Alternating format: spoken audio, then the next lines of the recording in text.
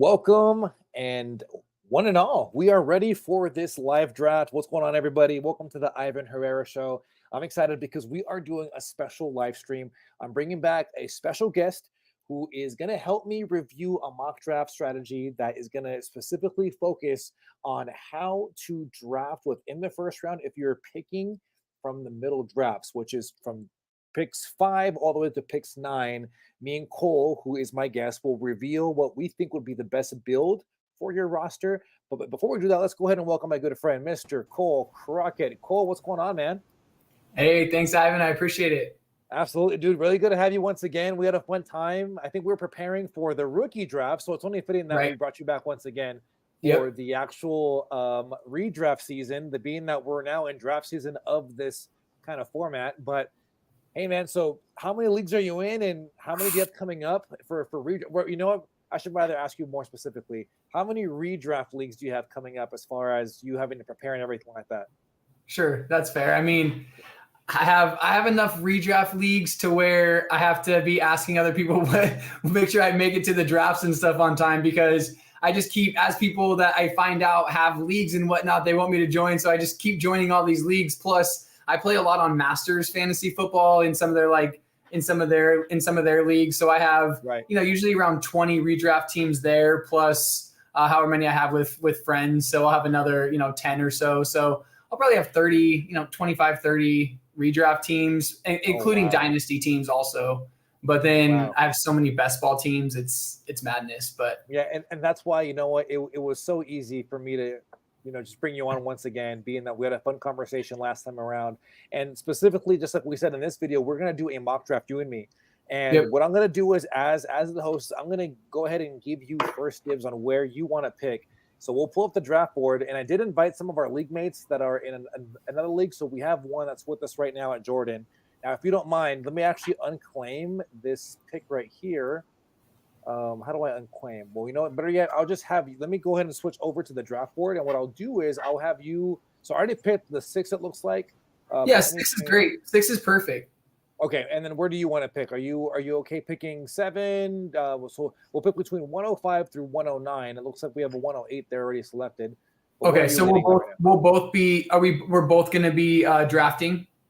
I can pick 106 and I'll have you pick something else so that we can maybe have a fun conversation on how we would approach it. So go ahead and claim. Looks like 7 or 9. So the pick is yours. Okay. I think if we take 7, we might be able to talk through basically every option, a couple different options here. Okay. Great. Each time. And we might be able to, maybe we get different strategies and whatnot. So let's check it out. And as a precursor, do you tend to have any kind of strategy that you're set on depending on where you're picking, or what's your approach when you're analyzing how to really strategize for your upcoming drafts?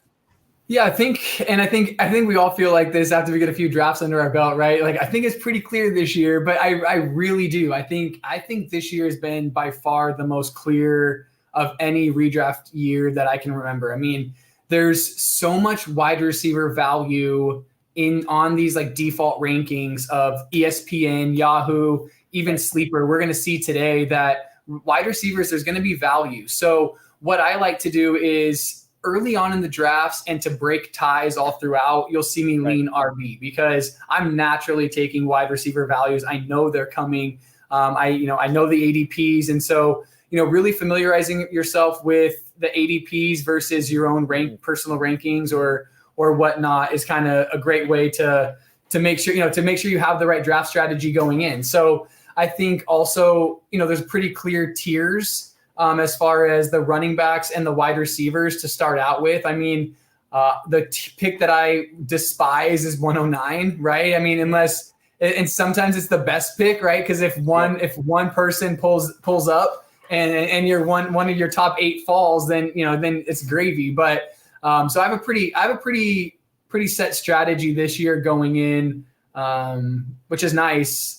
Because it usually doesn't feel like that. Usually you have to diversify quite a bit, and you're still diversifying, but I'm diversifying in a different way. I'm still building the similar team structures and whatnot, depending on what site, but the players might change. It might be, Jaylen Warren one night, and it might be Najee Harris the next. I might have Rome Odunze and want to do add some really like the Bears offense, and so I add some Swift in or something like that. So interesting.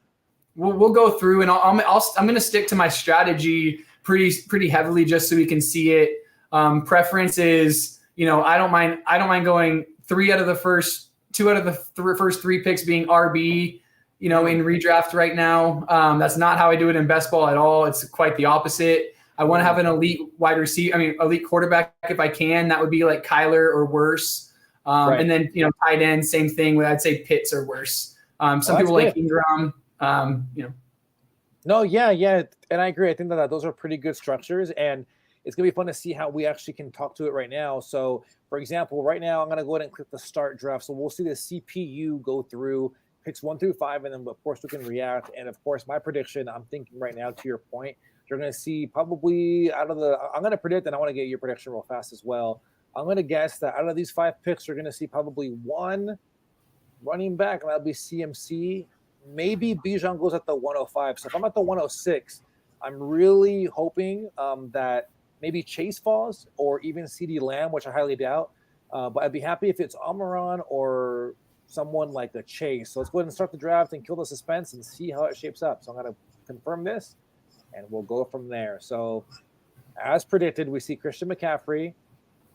And wouldn't you know it, out of the first 5 picks, we were seeing 4 being wide receiver, to your point as well about how deep the position is. Now, I've seen, so here's where I get a little reluctant when I'm picking over here in the middle of the draft, just because I feel like, of course, there's good value there with Jamar, and then I see a clear tier break, and I wonder where you're at with this as well.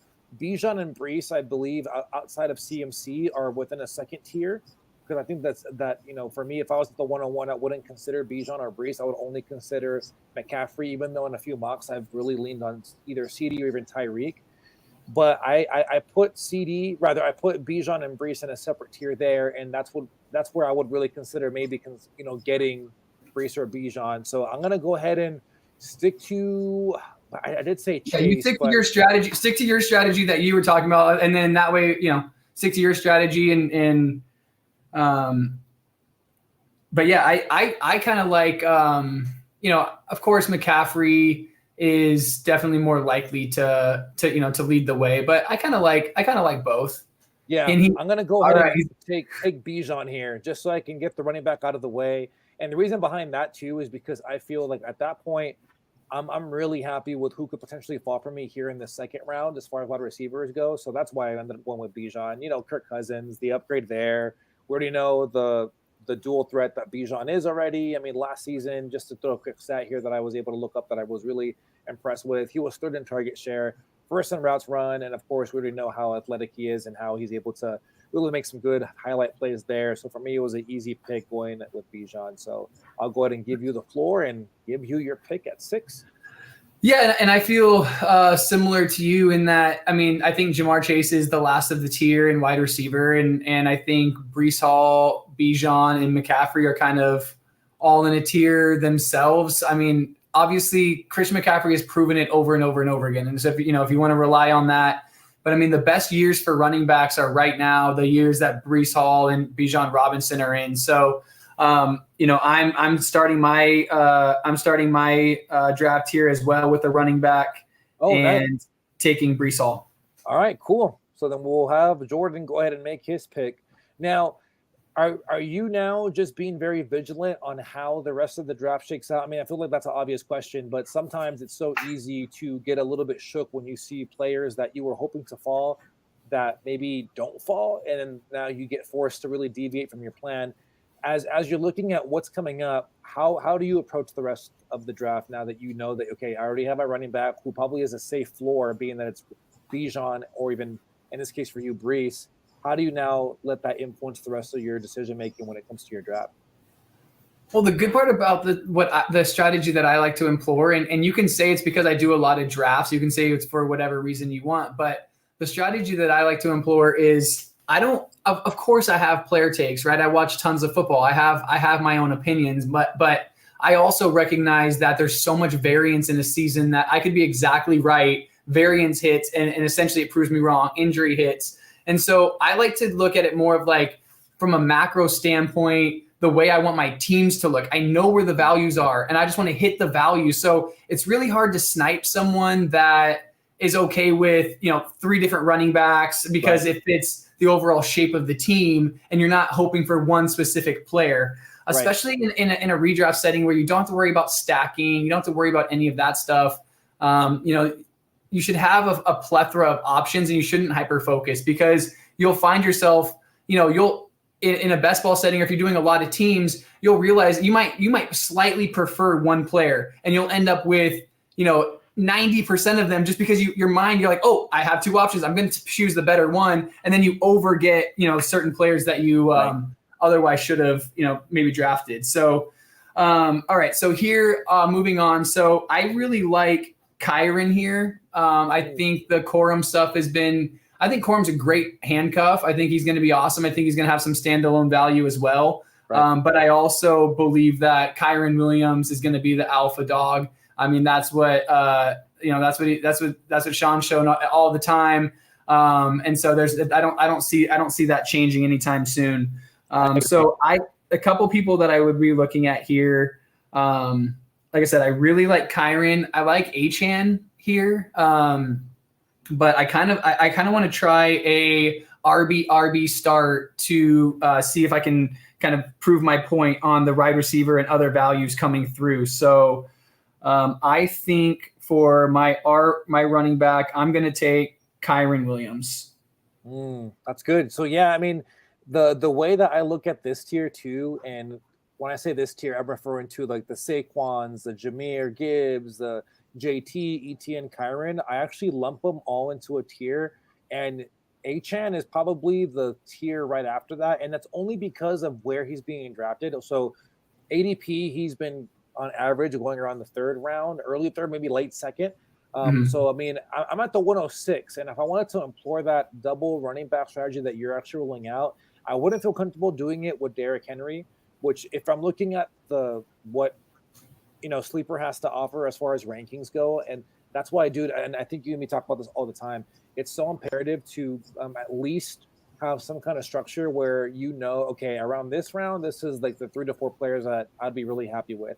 And I guess just really truly understanding value in ADP and knowing that every single platform has such different rankings for each one. So right over here, I actually do have a tier break that I'm actually thinking about going for. So Drake London rather, is the last of the wide receivers that I'd be happy taking in the 2nd.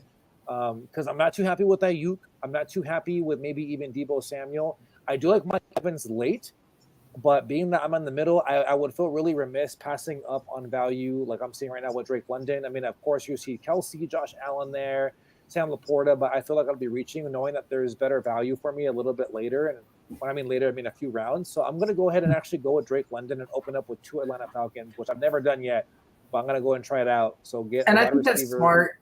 I mean, you look at the players coming, a lot of players coming next. Henry, older, Kelsey, older. I mean, Evans. I mean, it's the bet on Drake London is a bet on analytics. It's a bet on the offense being different than they were, ever before. I mean, it's, they're going to be in 3 wide receiver sets, 3 times as often as they were previously. It's just It's just going to be a different offense altogether. So keep in mind, I mean, Drake London was drafted well ahead of, in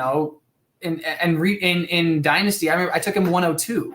Right. Wow. I mean, that was before Garrett Wilson, who went like 106, and Olave, who went 107, and that Jameson Williams and Treylon Burks year. But Drake London was ahead of all of them in that. So keep that in mind.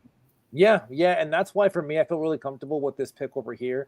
I mean, shortly after you see, for example, the wide receivers that came after that, I'm glad I wouldn't have the option of getting would be, Olave I do like, but I get a few concerns about the quarterback situation there. I mean, Diggs, I'm glad I didn't get him. Same with Deebo. Mike Evans is the only one I'm happy with because of the familiarity there with that offense. Now, they did make an offensive coordinator change, but with the familiarity there with Baker, that's what makes me feel happy.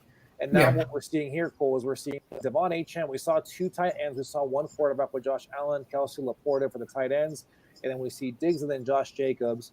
And I actually would be a little bit more concerned too getting Jacobs just because of the new team situation. And I forget the stat, but anyways, the point is when I'm now looking at the landscape here, I do have 2 question marks at the wide receiver position, and this makes me more inclined to want to go with the running back. And when I talk about Isaiah Pacheco, this is one of my favorite guys, especially here in the 3rd round. I think he's one of my favorite guys to target, considering that we know Andy Reid's MO when it comes to the running back position. He's always looking to get him involved in the passing game. And I mean, there was a quote too that Andy Reid shared about how he's really impressed with how Pacheco can really do it all, which implies some more work in the passing game. So I'm going to go ahead and go with Pacheco here to kind of have a sandwich of running back and 1 wide receiver, and then just be happy with what I can potentially get in the 4th and 5th round. So I'm going to go ahead and go with Isaiah Pacheco to give you the floor at 307. Yeah, and I love that. I think Pacheco, I know that quote you're talking about. He's asking, like, what are you going to do with McKinnon gone? And he's like, what do you mean? Pacheco did it all last year. And I think they're going to use him like that. Mm-hmm. A lot of people I like here. Obviously, I want to lean wide receiver here now. Ayuk by ADP. Ayuk's a fine pick. I think I want to see something with some more volume if I can. I'm going to go ahead and I think I'm trying to decide between Jalen Waddle and Cooper Kupp. And the reason I say between those two, Cooper Kupp is someone that even throughout this offseason, through the injury, I've kind of felt like he was going to make a play to be at least even, or he's going to make a play with Puka. And I'm not 100% sure that the target share, or that it's going to end up like so overwhelmingly into Puka's favor. So I do like Cooper Kupp. I also think that Jalen Waddle's a top 7 wide receiver in points per game. That's all there is to it. And and just if no other reason that I want my name associated with this all season long, I'm going with Jalen Waddle. Nice. That's my pick. There's a few different people that I like there, but I think Waddle, you're going to see he's going to be a top 7 receiver this year. Yeah, and I think a lot of what is going on with Waddle is the post hype from the year prior. I think his ADP last year was wide receiver 9. He was within the top 10 for sure. And he had a fine season, and just that he didn't return on where he was being drafted.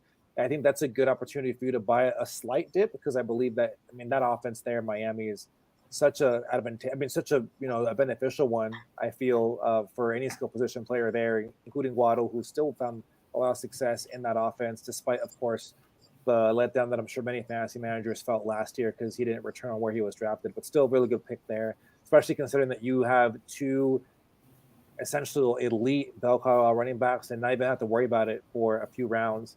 Okay, so then we see Brandon Ayuk go, as well as Nico Team Collins. 12. Team 12 has so much testosterone. Look at him. Yeah, Team 12 is definitely going for that superhero robust.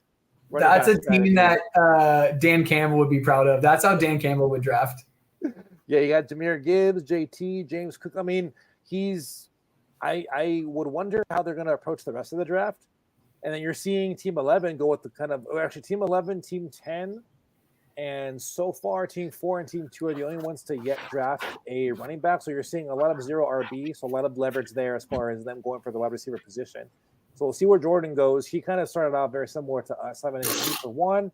Of course I say that, and of course he's nice. This is why you can't open it up. I put myself right in between you two, just to allow it, but that's okay. That's all right. I'll draft a couple teams. I'm fine with that. No problem at all. It makes for a fun watch for sure. Just kidding. I would have taken this guy next anyway. I already said I liked Cooper Kupp. The object here isn't for me to draft the best team. The object here is for your listeners to draft the best teams in their actual draft. You got Jalen Waddle. You got Cooper Kupp. Do not freaking pass on this guy in the 3rd round if you can get him. In the 3rd, in the 4th, wherever you can get him, take him. Just take him. Oh, you just sniped me. Oh, my gosh. No, I didn't snipe you. Who's never getting to you. There's no way. There's a wall there. There's a Malik Neighbors wall there. No one was getting past it. Oh, my gosh. Yeah, Malik Neighbors there, I think. And you know what, man? This is why I'm actually a little down. I say little very reluctantly on Marvin Harrison, just because I feel that he's being drafted at a crazy ceiling. But I think his floor will just be really disappointing for fantasy managers but I think Malik Neighbors, though, is properly being drafted. They're in the 4th round, being that he's going to be the clear number 1 there with New York. I like that pick a lot. So that's what I was actually targeting. So actually, no, this is good because now what I can do is there's a few things that I'm seeing here that I want to approach. So I'm very happy with my two running backs. And I'm just saying this right now, Cole. I don't think I'm going to draft another one, being that, I actually didn't open up to with what kind of draft settings we're going with. This is a PPR draft, and this is a 2 running back, 2 wide receiver, 3 flex, 1 tight end, 1 quarterback, 5 bench spots. So obviously drafting skill position players here is really key, being that they're going to make up most of our points, which of course is running back and wide receiver. So I'm leaning on getting DK Metcalf, but I see Trey McBride there, and I'm very happy with who's going to be there afterwards with George Kittle and with Kyle Pitts. But being that I obviously didn't go with like Jalen Hurts, Lamar Jackson, Josh Allen, or Mahomes, I'm going to go ahead and just go with a tight end that I'm really happy with, and that's the ascending Trey McBride.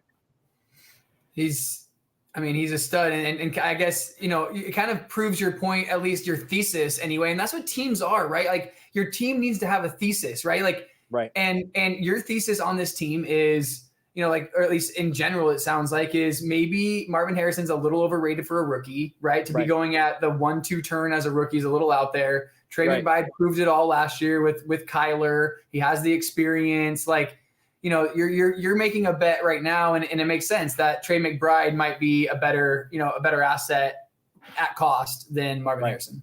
Correct. Which now brings me back for my next pick. So now that let's go ahead and recap the landscape real quick after I made that McBride pick. So we saw after McBride, it went Pittman, Alvin Kamara, CJ Stroud, who I believe is still being drafted way too high, Joe Mixon, Metcalf, Devontae Smith, Kenneth Walker, Higgins, Zay Flowers, Kincaid. And not that you want to like zero in on a position, but I really am going to focus on getting a wide receiver here. And I do love Tank Dell. I'm a little worried about how they're going to utilize him in 2 wide receiver sets, because I'm assuming that's where they'll just trot out Nico as well as Stephon Diggs, because it looks like Diggs is going to be playing out of the slot a little bit more. So I probably want to go for more of an alpha, but I'm worried about the offense, especially with what's happening there in Pittsburgh. So I would want to get George Pickens. But as you can see, I'm kind of approaching more of a safer approach here. But you know what? Because I'm leaning Amari Cooper, but I'm going to just go ahead and go George Pickens here as my wide receiver 2. Nice. So I think in real life here, and I think Pickens, has a lot of upside, right? For sure, the quarterback battle is going to be one to watch, but it doesn't sound like Ayuk's going there anymore. He's going to be the alpha. There's no real competition. Right. We're going to have to throw the ball some, right? It's there. So I think for my next pick, truthfully, I think I would smash Tank Dell right here as my wide receiver 3. Have 2 alphas, and if alpha running backs, and then if Tank Dell is your wide receiver 3, you're in a decent spot. So I'm sure that's what's going here right after my pick.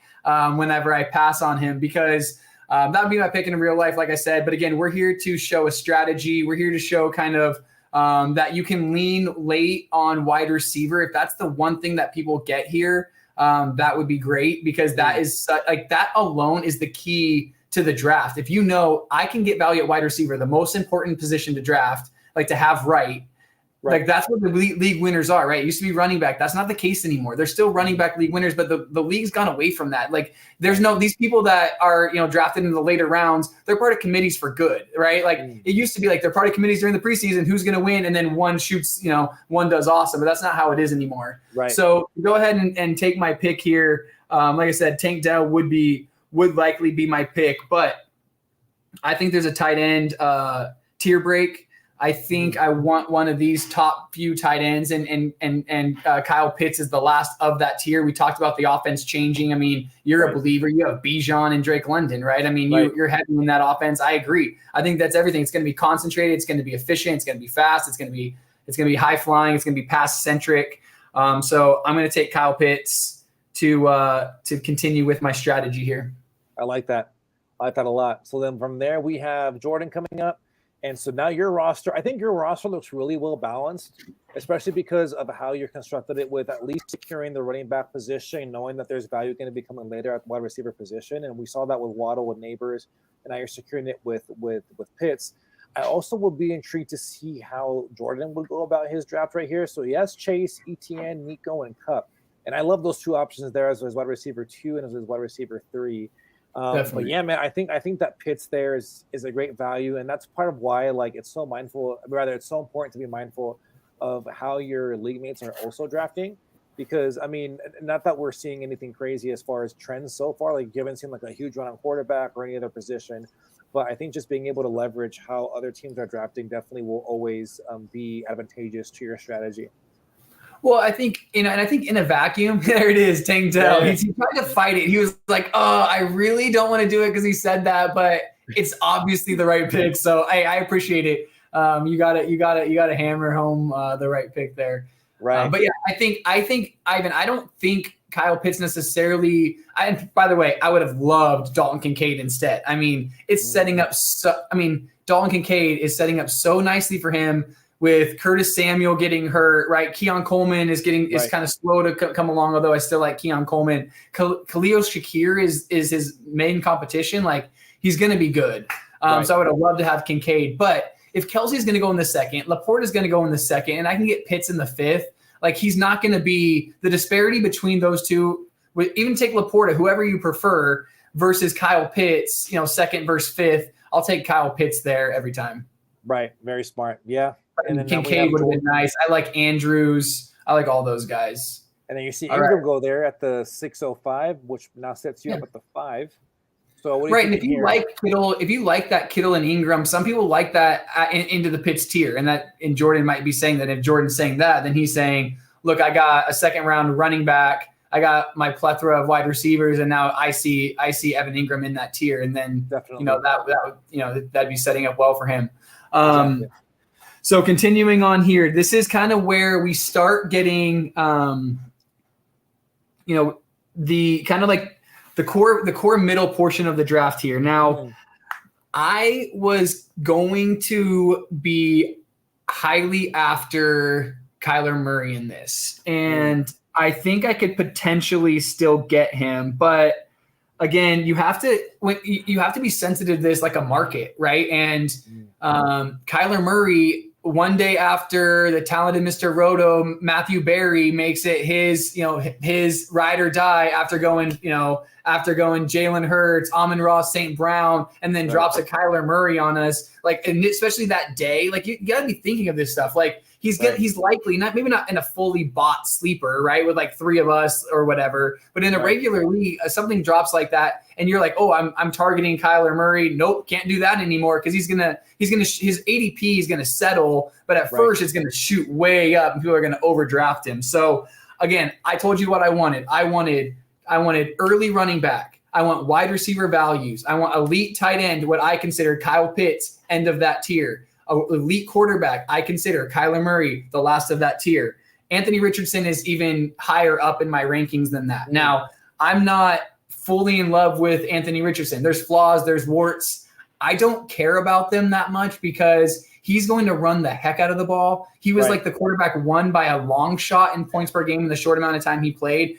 He's injury prone. Okay, so what? I'll draft Drake May in the last round, and then in week 5, whenever he gets injured for 3 weeks, I have Drake May just going to do the same thing to a lesser degree. And I just plug him in, and everyone else is, worried about drafting him with all this huge upside because he might get injured. Start somebody else then. Don't put him in your starting lineup, and it doesn't matter. So that's who I'm picking here. I want the rushing upside. I don't want Dak Prescott. I do like Joe Burrow for a value, not really in sleeper. Some places he's going ADP 90. Wow. Absolutely. ADP 60 right next to Anthony Richardson, a rushing quarterback. No, thank you. I'll take Anthony Richardson. Nice. Okay. I thought you were literally going to take Kyler Murray there with the way that you were introducing that, but there you go. Anthony Richardson there. I mean, of course, like you said, I think he was in 2 full outings. So games where he didn't leave early, 2 full ones he played. He was the QB2 and the QB4. And that's with all the flaws, like you even mentioned about how he's not a prolific passer yet. So, I mean, just imagine, too. I mean, and we saw the same thing, too, with Jalen Hurts when he was a rookie. Rather, when he was a first-year starter. Wasn't much of a passer, but still was able to provide some good production. So now the way that this is shaping up. And I don't expect, by the way, that meteoric rise out of Anthony Richardson yet to be able to throw as a passer. But even to your point, the game he went out on, even he got concussed. He got the head injury on his second rushing touchdown.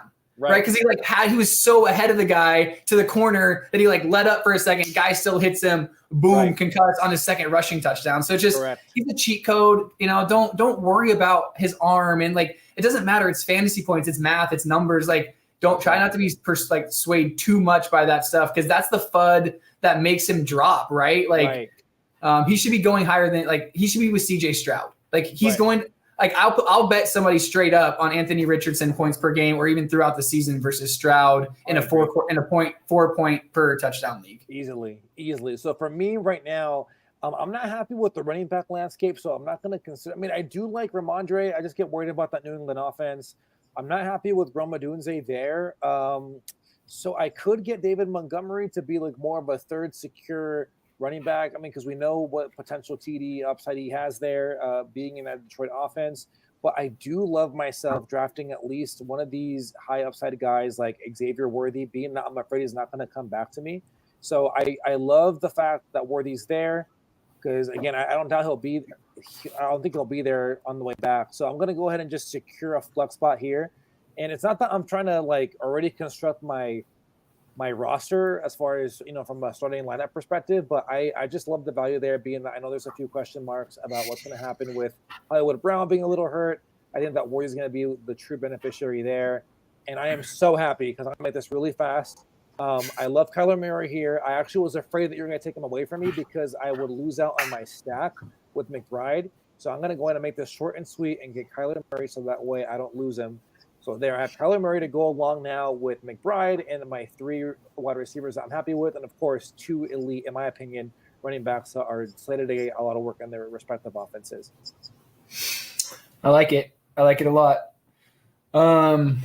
So, of course, Kyler Murray was never getting back to me, it seems. And again, that's what to put to my point previously, that's, a real life person is going to draft a little bit differently, and especially a knowledgeable one. Kyler Murray's he's going to stay there. He's done dropping. He's done being a huge value. You're going to have to take him in the 7th or better if you want him, probably higher up even by the end of this. But my pick is fairly easy as well.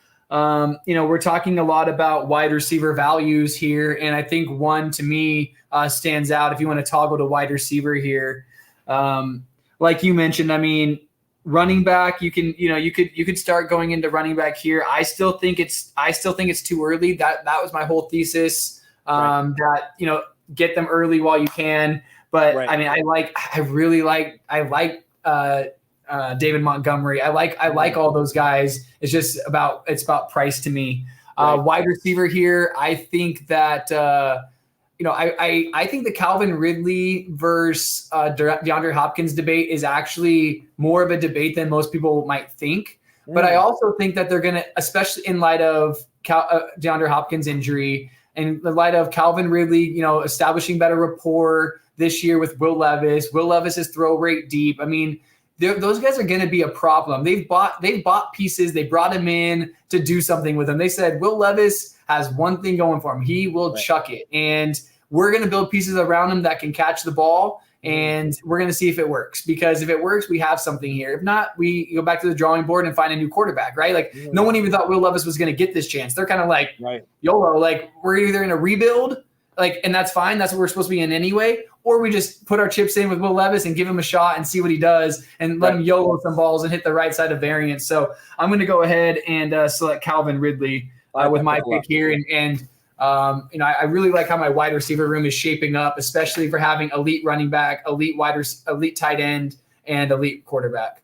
Right. And this goes back to even just understanding your draft settings and also your roster construction. And even though, of course, we typically would advise in a setup like this to kind of shy away from maybe going a little bit higher at tight end and at quarterback, but once you've already established 4 picks in your first 4 rounds, where you can feel really confident with the 2 running backs and the 2 wide receivers that you're starting, having those cheat codes, like you said, with the quarterback position with Richardson, and then having Pitts, who you think is a tier break and also value there in the 5th round, I think is just a good way to counter some of those concerns. So after we saw Ridley go for you, we saw Mostert go at the 708. Then we see Njoku, Chubb, McConkey, Ferguson, Dak Prescott. We see Zach Moss, Jalen Warren, Keon Coleman, and then we're back to Jordan. And then what are you thinking right now as you get ready to make your selection after Jordan's pick? You think I can say a word with Jordan's? He's just waiting. He's waiting to snipe me until I say it. Okay, here. How about this? How about I throw you a curveball? If you were in Jordan's situation, how would you approach his roster? So you already know that we have 2 more flex positions to fill out, and then that'll now round out our starting lineups. You see that he went heavy with the with the wide receiver position, kind of having more of an anchor running back strategy by getting one early in the second, and then from there filling out the wide receiver and the tight end position. How would you now approach this one over here? Would you consider quarterback? I mean, there's still some good value there. I would consider quarterback, but I also think that Jordan Love, Caleb Williams, and Jaden Daniels are kind of a tier, and like none of them have gone. Everyone on this side of the draft board that it's coming to, except for Team 1 and Team 5, have at least one quarterback. It's a redraft league. People shouldn't be taking too many this early.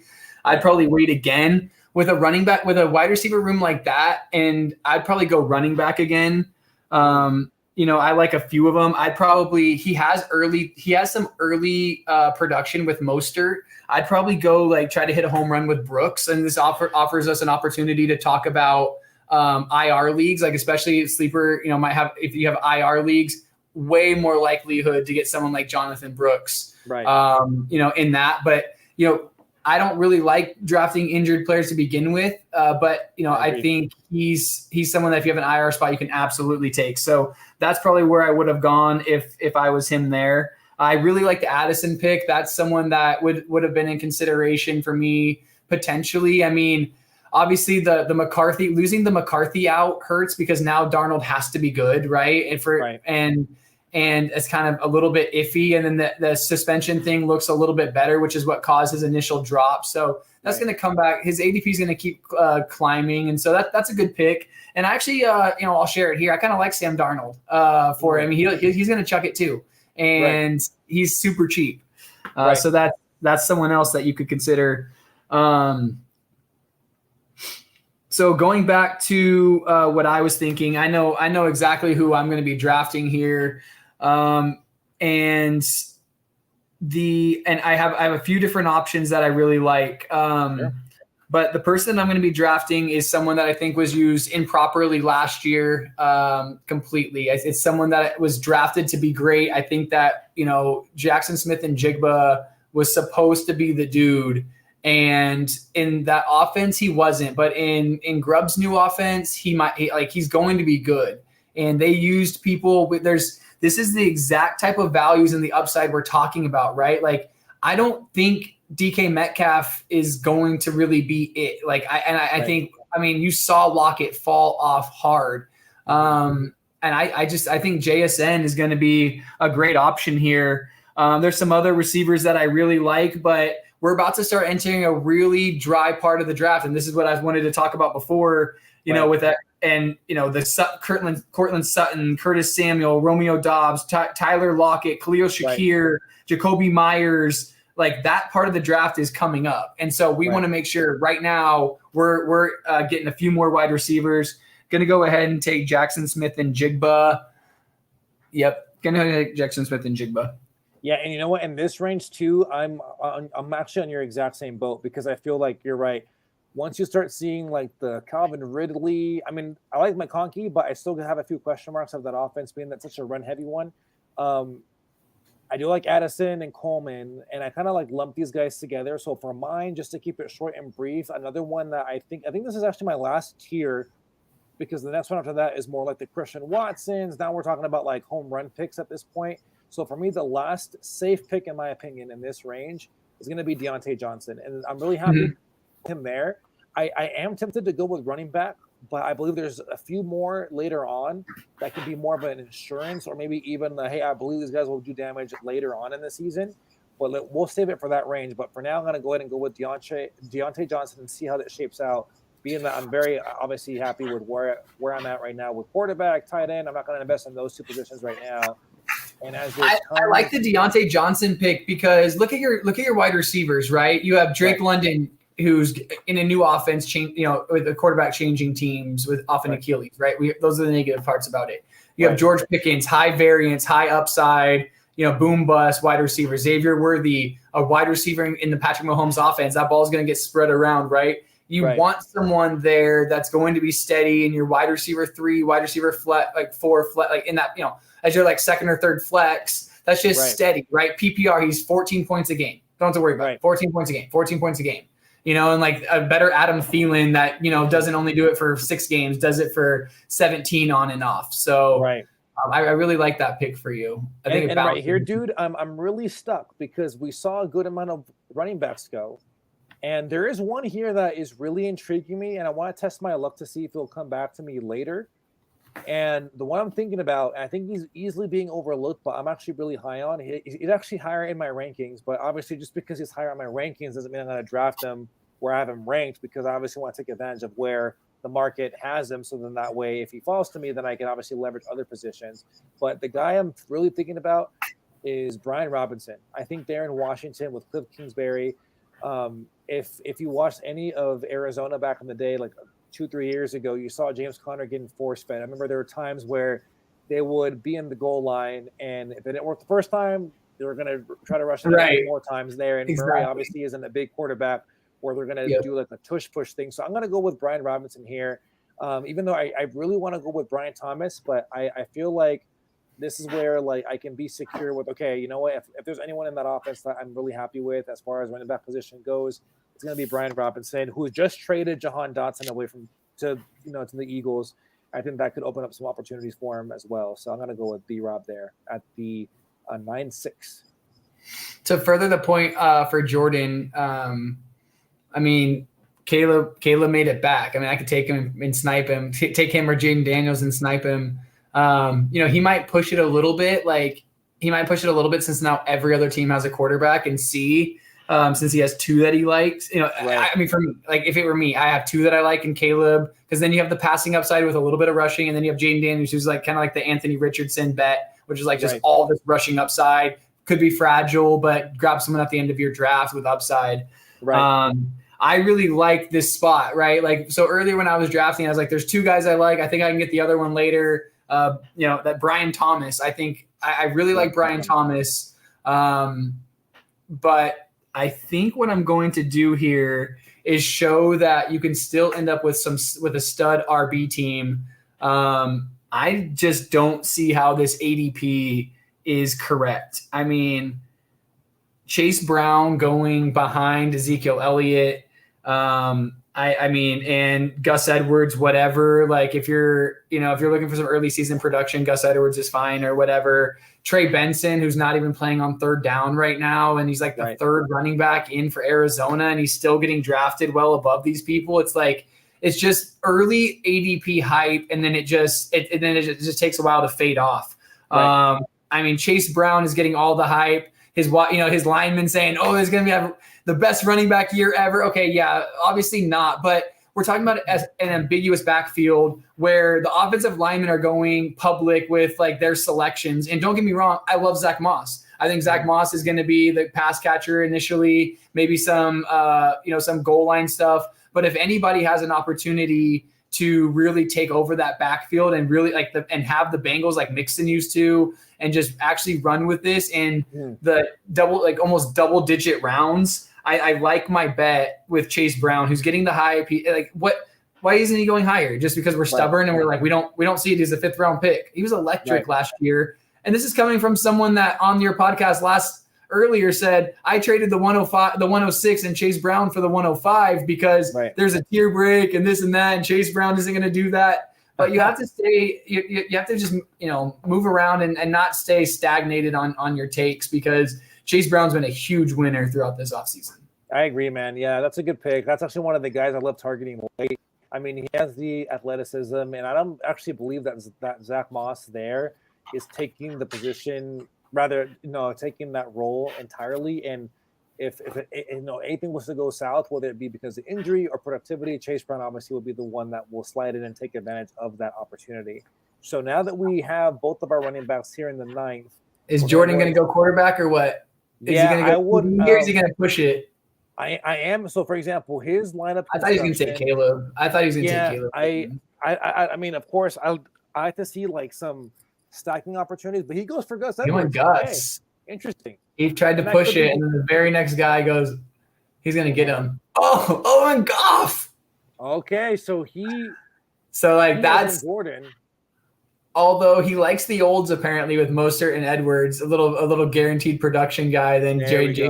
Nice, well played, Jordan. That's exactly, and that's what we're talking about here, right? Like that's what this whole podcast is, and I'm glad you mentioned that about watching his team a little more, because then you get to talk through that, you get to play the chances and play the odds. You're not trying to finish top half. You're not trying to be trying a little bit better than everyone else. This isn't a double up or a 50-50. This is money's at the top, right? Right. And the only thing I would tell Jordan on to that end in his redraft is I love Mostert, Edwards. I really actually like Mostert, but again, we want to be, and I'm sure he has a strategy, but just as a note, we want to be back loaded in these best ball tournaments where the money's at the end of, it's in 15, 16, 17. And then in your fantasy playoffs, it's winner you're out. 1 through 14, it's not winner out. You can still make it to the playoffs, but once you hit that, those games are the more important ones. Your roster will turn over, but I like to kind of, once I have my first base of my team set, I'm really not going after the Gus Edwards of the world. I'm going after, right next to him, Chase Brown, see what I can come up with. A couple others would even be Zach Charbonnet would be someone that, potentially, I mean, the team loves Kenneth Walker, but just little things like that. So I agree. My next pick is going to be very easy. I think that this person right here is the last of this tier. Again, we're going upside, right? That's what I'm preaching in 7, 8, 9, 10. I'm going to read you names and you tell me which one of these is not like the others. Romeo Doubs, Tyler Lockett, Curtis Samuel, Cortland Sutton, Jameson Williams. Yeah, the only one there is Jameson Williams, I believe, in my opinion. The only one there is Jameson Williams, I believe. Yeah. Agreed. Everyone else, we know who everyone else is. We don't know who this cat is yet. We think we know. He had a rough start. Coaches want to make him something. He's going to get a shot. He was supposed to be elite. I mean, let's see what happens. This is what this strategy is, right? We're trying to build a super team in the end. And this has the makings, I think. Something like this. And then, being that he's your fifth wide receiver, you don't need him to do anything weeks 1 through 14. But what if all of a sudden Detroit Cats, will catch lightning in a bottle, and Jameson Williams, being that he's going to have some vacated targets there in Detroit to really benefit from, could be a huge smash play there, being that you got him in the double-digit rounds in the 10th round. So, I thought a lot. And Jameson Williams, you're going to know early on if he's something. You're going to know his role by week 1, and you're going to see, do they stick with him week 2? And, by week 3, you're going to know what Jameson Williams is, but he could, could be something. Could be elite. Correct. And for me, my favorite pick here in this range has been actually Jerome Ford. And I'm surprised he's going this late, because it's not like Nick Chubb is a guaranteed thing. Being that he's coming off some multiple knee injuries now in a few seasons. And I just think, I know Jerome Ford isn't going to be the guy in the, getting a lot of the goal line work, but I mean, for the opportunity that he can provide for me, and being he's a 10th round pick, I'm going to go ahead and make it easy for myself and keep it short and brief and go ahead and draft Jerome Ford. Now kind of pivoting my roster to be more of how can I secure upside that can benefit me later? And I feel to your point, the guys like Sutton, Samuel, Romeo Doubs, those are more safe picks. And like you said, we're here to win. So now that I'm back here, we see Herbert go off the board, Freiermuth. I see Tua. And there's actually one more running back that I'd be happy coming out with. I do want to at least put a bow on my wide receiver position, but you know what? I just can't seem to ever shake not drafting this guy. I was big on him last year. And it could be because I'm a UCLA fan, but I'm going to go ahead and go for Zach Charbonnet. Not because I don't think that Kenneth Walker is not going to be doing well. I believe that it's going to exclusively still be Kenneth Walker carrying most of that load. But if anything were to, God forbid, happen to Kenneth Walker, Zach Charbonnet now will slide in and be that number 1. And I'm going to just go ahead and now essentially put a bow on what I believe could be my last running back, being that we have 3 picks left to go. And I'm happy there with the upside I have with both Jerome Ford and Zach Charbonnet. Yeah, I like that pick a lot. As I mentioned before, I like the upside there. And I really like Ford also, because I think he's going to get more time in the starting role than people think with Nick Chubb. I think he's going to be out a little bit longer until he fully ramps up. Right. Again, really like how my team is shaping up. I really see Anthony Richardson as an elite option at quarterback. Kyle Pitts, and that. So my running backs have Breece Hall, Kyron, and Chase Brown. Really like that. My wide receiver room: Jalen Waddle, Malik Neighbors, Calvin Ridley, Jackson Smith and Jigba, Jameson Williams. A couple routes we could go here.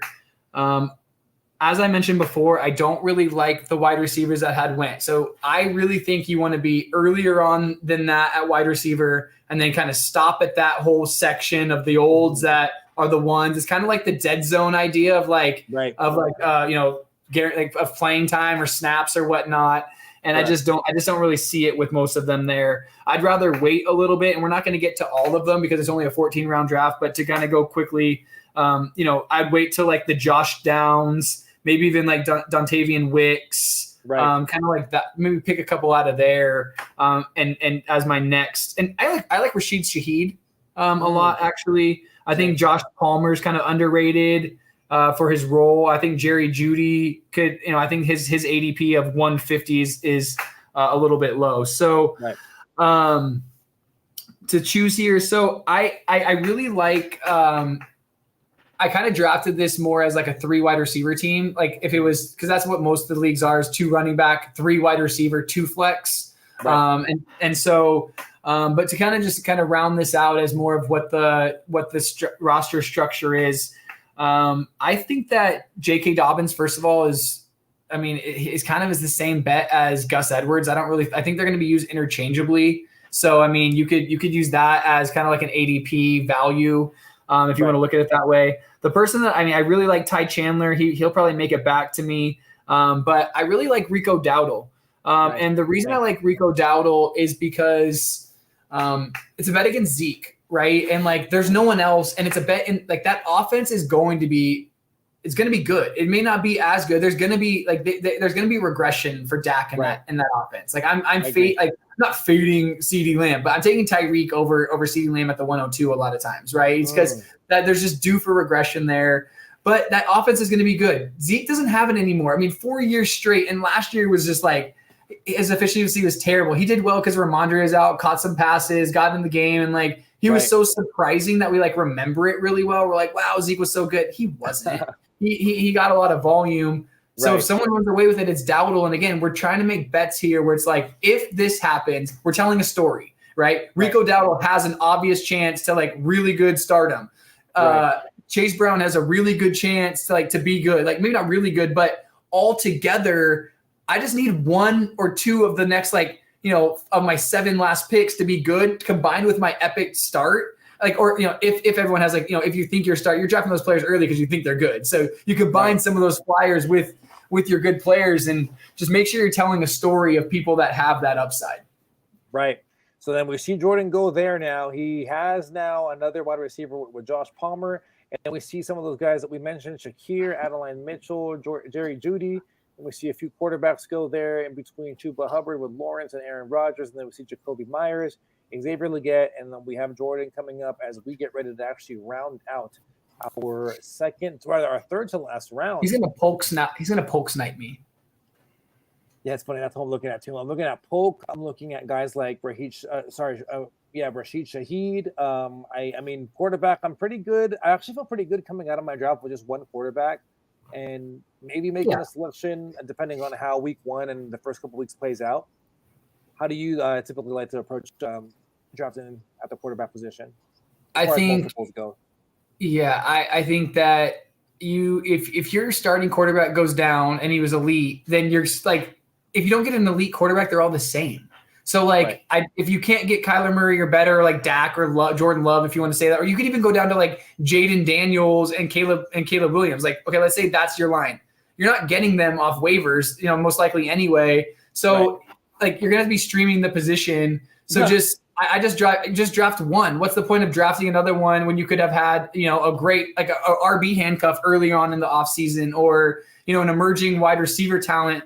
We'll see. We're gonna have great wide receiver options or running back options at the end of this draft that I'll be like, would you rather have a backup quarterback that you're in theory never going to use and probably drop and stream for somebody else, or an awesome upside player? I was laughing because Polk just went right now.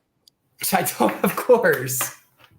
I said he was going to snipe me with him, but he's, it's all right. Like I said, we'll draft a couple teams. That's what this is about. No, I'm just kidding. Jordan's has a great team going. I like Mike Williams at value a little bit, Rashid Shaheed a little bit, Josh Downs, if you remember correctly, like the games where Anthony Richardson was there, Josh Downs was his preferred target. Like I don't have very much Michael Pittman, very many Michael Pittman shares this year because I don't think the upside case is there and the downside case is potentially bad. So I'm gonna pick here to move to keep it going. I'm gonna go ahead and take Rashid Shaheed because, like I said, I really like Shaheed. I like Shaheed there too. And you know what? I was actually hoping to get him. So it looks like back-to-back snipes here. And I'm going to go ahead and actually deviate just a little bit. No, you know what? No, I'm going to just stick to my gut. I'm going to go ahead and get Josh Downs. I do like him a lot as a talent. And I was going to go with Senate, but I was like, you know what? I'm really happy with McBride.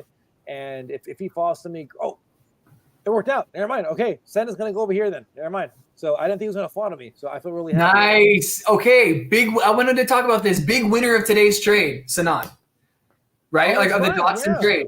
Yeah. That's the winner of the trade, in my opinion. Right. Like that's whose draft stock rose, and honestly Ertz probably a little bit, in all honesty. All right, moving quickly here. A couple names that I love because we're at the end here. Dontavian Wicks has a real clear pathway to awesome targets if one of Romeo Doubs, injured Christian Watson, or Jaden Reed get in, and he's going to switch with Christian Watson no matter what anyway. Right. Darnell Mooney with some targets. And then Luke McCaffrey obviously is gonna get a rise now with Dotson gone. I'm going to continue and say I'm going to mention a couple more of my running back favorites because I want to be able to victory lap after my team dominates throughout the season. So I'm going to get some production out of the Gritty. Nice. McLaughlin. Yep. Jim McLaughlin. I just think there's a lot of value in Sean Payton's running back room. I think he's undervalued. I think you're going to see. And what I like to do is I like to be ahead of the names, right? That was in our mock draft. I was like the Pearsall, the Burtons, the Polks, way before any of those people were like. The Pearsall was never supposed to be a first round pick. No one had heard of Jermaine Burton at that time, and so like you want to be ahead of this stuff. And I think Jaleel McLaughlin is someone that's gonna have that. He's gonna be someone that does something early in the season. So here we go. We're right now here entering our last round, and we saw a few of those names that you had mentioned, Ricky Pearsall. We see a really good amount of running backs go here, and we see after you picked McLaughlin, Algier, and that's what I was looking to get actually just now was Jahan Dotson. Oh yeah, as a wide receiver in the Philadelphia Eagles offense that now has Kellen Moore. That should be interesting to watch. But there's another one I'm looking forward to, but I'm gonna wait until you make your pick before I jinx myself. Okay. Bucky Irving is getting some praise, and Rachaad White's starting to fall. Tyrone Tracy flashed. Thought there was going to be a bad injury, and it's just a low ankle, so he'll be back. Clyde Edwards-Helaire with some PTSD, and who knows what's going to happen there. Tank Bigby's going to get some look as the RB2. He's going to get some run, but he's probably not going to do much without an injury. Will Shipley's going to get some action if you're looking for some cheap talent. All right, so I'm going wide receiver here. It's middle of August here, so we're still a few weeks away from the season. This person flashed in the preseason game. If it happens in like 5 routes, if his route share participation share goes up in the next preseason game, or he plays ahead of Christian Watson or someone in the first game, this guy is not going to be a 14th round draft pick. He's going to be an 8th round draft pick moving forward. I want to be ahead of that. All upside, baby. I want the upside. Give me it all. And then just to put a bow on mine, I'm going to go with someone that we were really actually enjoyed a lot to really talk about. And it's going to be Troy Franklin. I just love this kid's talent. Bo Nix looks really impressive. And then that essentially does it, man. That is our draft. Let's go ahead and go through the results real quick. Oh, last one. I like the Taysom Hill snuck in as a tight end at the very end. Yeah, that's true. Especially if you're in these super flex leagues too, where a quarterback. I mean, I don't know if he's actually classified as one though, but all right. So here's how my roster shook out. We got Bijan, Drake London, Pacheco, McBride, Pickens, Worthy, Murray, Deontay Johnson. Brian Robinson, Jerome Ford, Zach Charbonnet, Joshua Downs, Ben Sennett, and then Troy Franklin. And then we see Cole. Why don't you read off yours, Cole? Yeah, so again, the main idea here was to execute a strategy and show that, you can get everything in the draft this year if you want it. And it just takes patience and kind of knowing how the draft falls. Jordan's obviously, showed that he did the exact same thing, right? Exactly. He's just with a slightly different thing, that his tier of, Evan Ingram goes Evan Ingram, which I mentioned. And then I also mentioned the quarterback tier could go to Jaden Daniels. So really like that team also. And you can obviously break that one down, but executed exactly what I came out here to do, which was elite quarterback. So Anthony Richardson, like I said, I'll stream it if he gets hurt. He's going to be fine. He'll get injured, but it's not like everyone just overreacts. Like what you need to know is points per game, quarterback 1 over that stretch of time, play him. Kyle Pitts, a tight end. Again, I think he's elite. And the same thing, if your tight end gets hurt, then just stream it. It's a redraft league. Don't have to worry about it. Running backs, Breece Hall, Kyron Williams, Chase Brown, Rico Dowdle, Jaleel McLaughlin. I think really solid room, rounded out some nice PPR guys and a lot of upside. Jalen Waddle, Malik Neighbors, Calvin Ridley, Jackson Smith-Njigba, Jamison Williams, Rashid Shaheed, and Dontavian Wicks rounds out the wide receiver room. There you go. So there, as well, I want to see in the chat here, which of the teams that you saw here did you prefer? And of course, the main part about this entire approach that me and Cole really came to do was just to showcase, hey, there are so many ways that you can still come out with a really good roster without really having to have a certain pick in the first round. And it really comes out to having an approach, having some tiers set in place so that way you can at least understand where value is going to be found in the draft. And, with us closing, Cole, is there anything that you would advise before we end our live stream?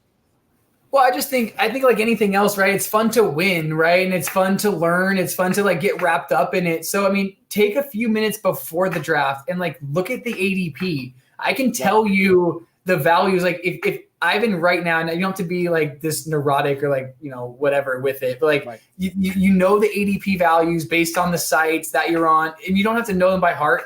Just log on and look a little bit ahead of time, spend a few minutes. That would be the number one thing is if you know where the values are, you can formulate your draft, very well. And like I said before, to Ivan's point, that way you can build many different teams, many different ways with many different players, but you're putting yourself in the best position to win. Right. Cool. I can't thank you enough, man. This was a lot of fun. I actually feel intrigued to want to invite you for the last part of this series that I'm doing as far as picking between certain tiers within the first round. I did an early strategy as far as the first round goes. So if you haven't watched it yet, go check that out. And of course, this was the middle of the draft. I may have to invite you for the late round to put a bow on this series of videos that I have coming up. Yeah, sounds good. And there's another, and honestly, I would implore a different strategy from 109 later. So I know you broke it up kind of to 109 being the middle part, but I think for this year, I think that there's a top 8, and then the next 9, you're kind of okay, is it AJ Brown, Puka, Garrett Wilson? Who do you like in that range? That's kind of a wide receiver setup. So right. I go a different route at the 109 through 112 than I have been previously, and then I do any other part of the draft. So it is quite different in my opinion. Right, absolutely. Well, Cole, thank you so much for being here, man, and thank you everyone for tuning in. Be sure to hit that like button and subscribe, and if you're looking for some more videos, I'll be sure to link some as far as who you should draft, who you shouldn't. And as far as this series goes, I will also link the early first round strategy video that I debuted last week as well. But thank you for tuning in, and we will see you guys in the next one. Peace. Thanks for having me. You got it.